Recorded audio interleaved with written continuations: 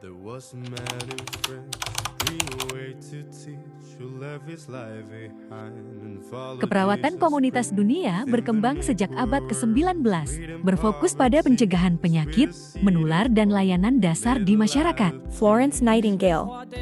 Lahir pada 12 Mei tahun 1820, dikenal sebagai pelopor keperawatan modern. Selama Perang Crimea, 1853 sampai 1856, ia memperkenalkan sanitasi di rumah sakit untuk mencegah penyakit yang menjadi dasar keperawatan komunitas.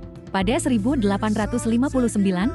ia menulis Notes on Nursing yang menekankan pentingnya lingkungan sehat bagi kesehatan masyarakat. Di tahun 1860, Florence mendirikan sekolah perawat pertama di London untuk melatih perawat tentang pencegahan penyakit dan edukasi kesehatan di komunitas. Pada 1978, konferensi Alma-Ata oleh WHO memperkenalkan konsep primary healthcare, menekankan pentingnya keperawatan komunitas dalam layanan kesehatan dasar yang terjangkau untuk semua.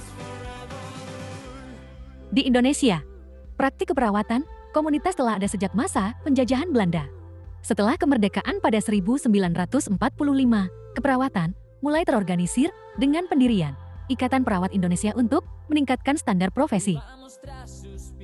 Setelah Indonesia merdeka, didirikanlah Sekolah Keperawatan pertama di Universitas Indonesia yang menjadi tonggak sejarah penting dalam pengembangan pendidikan keperawatan di Indonesia. Ikatan Perawat Kesehatan Komunitas Indonesia (IPKKI) didirikan sebagai bagian dari Persatuan Perawat Nasional Indonesia (PPNI) untuk mengembangkan profesionalisme perawat yang berpraktik di bidang kesehatan komunitas.